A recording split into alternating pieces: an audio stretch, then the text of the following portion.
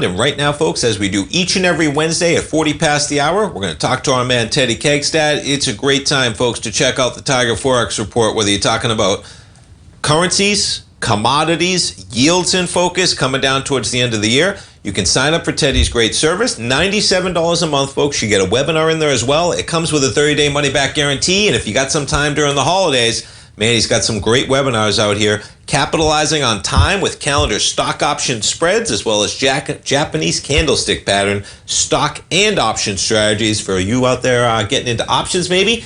Got some time in the holidays. Check it out. Teddy Kekstadt, man.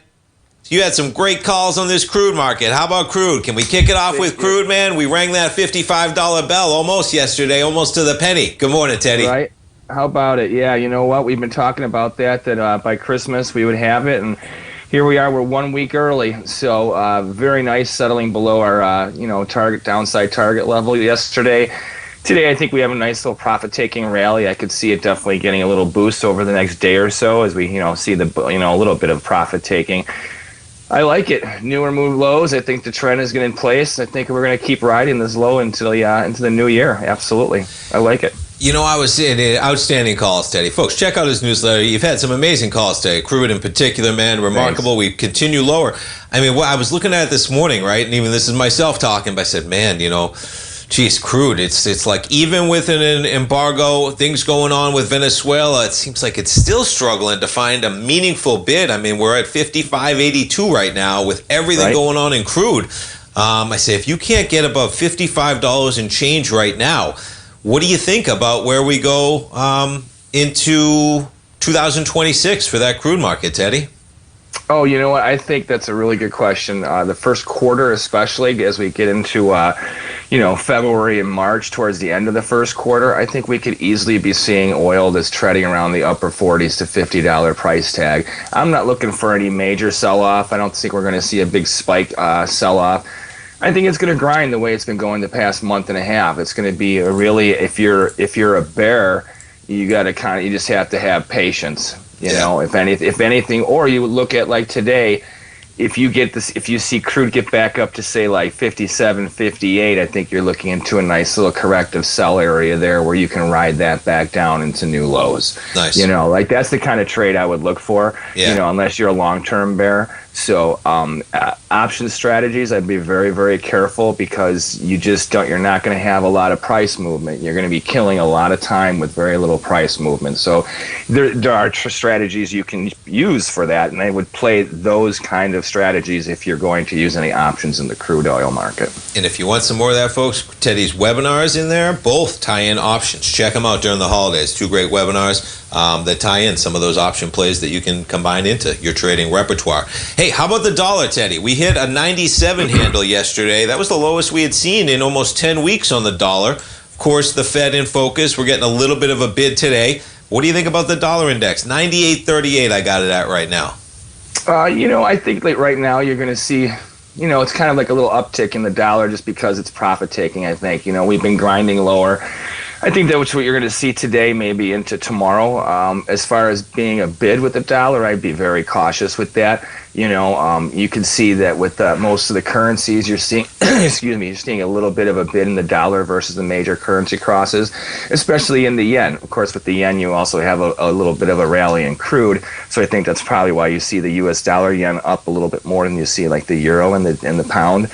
And it's a really good question about the dollar index because as far as where it's going now, because the major currencies, what kind of expectation do we have there? Let's be realistic. If you're going to see a big move in the dollar, is it going to come from, some of your lesser currencies that are actually moving, or is it going to be something like the euro or the pound? So I would say with the euro, we had an interesting spike yesterday. Okay, so the high of yesterday is very critical. We came off it very sharply, and then we pulled back today. We're basically flat on the past 2 trading days. So that tells me that we have a lot of indecision, and we're heading into holiday markets. Now, today's Wednesday. Next week from now, it's Christmas Eve. So except for the numbers that come out, like I think unemployment claims are big tomorrow, you're going to see next week in some of the other currencies, there's some medium style numbers that could have cause a little jitters here or there during certain periods when they come out. But I don't think you're going to see any major trend moves now really happening over the next 2 weeks. So I'd be very careful with it.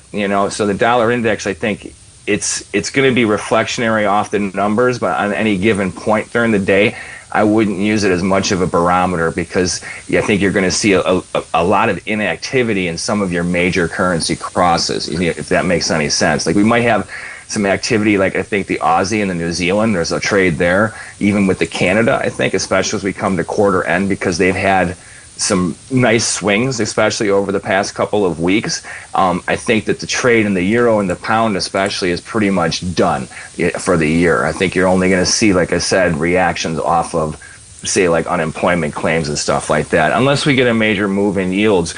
But I don't see a major move in yields coming for the next 2 weeks. And that was going to be my next point I jumped to in terms of yields. We get a Fed, of course. We get a cut.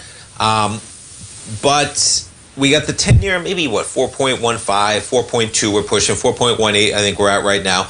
What do you think about today? So we go for the Fed, right? All the talk, who's going to be in the next chair, of course. They're going to be in there in May. So we got 3 meetings with Powell next year. Mm-hmm. And then that new Fed chair, whoever it is, they're going to get 5 meetings by the end of 2026. The 2-year right now is pushing almost 3.5%. And the 10-year, though, is still at like 4.2 almost. I mean, we have some steepening. Mm-hmm. Do you look at that at all when you're looking at the dollar? How do you look at yields right now coming into 2026, as you got the 2-year, of course, easing a bit, but the longer term not quite there yet? Do you see how do you think about that kind of relationship?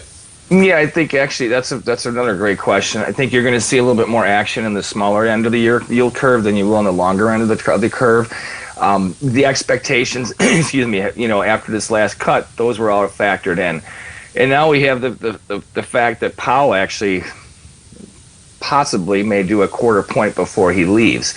We were worried. We weren't sure that he was going to cut, just last week, so that's an interesting tone, if you will. I don't know if it's smoke and mirrors or not, but the fact that the market right now is looking for potentially a quarter point with him still, and at least, we were talking about this last week, that they've downgraded from a full percent to a 0.5% in 2026. Yeah. So I think that, the short end of the curve is where you're going to see a lot more action, especially if we're trying to drive yields lower. The longer end of the curve, I don't think you're going to see too much action until we get closer to, I'll tell you what, if it really looks like at the next Fed meeting or 2 Fed meetings from now that it looks like they're going to cut with Powell still, if that somehow verbiage comes into play, especially from him, then I could see you can start to get some movement, especially in the 10-year. And once the 10-year starts to pop, then the 30-year will probably start to push them all along. And we'll see. That jobs data, it almost gave him a little room. We'll see. As you say, smoke and mirrors, we'll find out. Teddy, great information as always, man. Thanks, Tommy. And we look forward to talking to you next Wednesday, maybe on Christmas Eve. We'll see. Yeah. All right? Yeah. Thanks so much. Right. Folks, check out the Tiger Forex Report. Thanks, Teddy. We'll talk to you next week, man. Take care.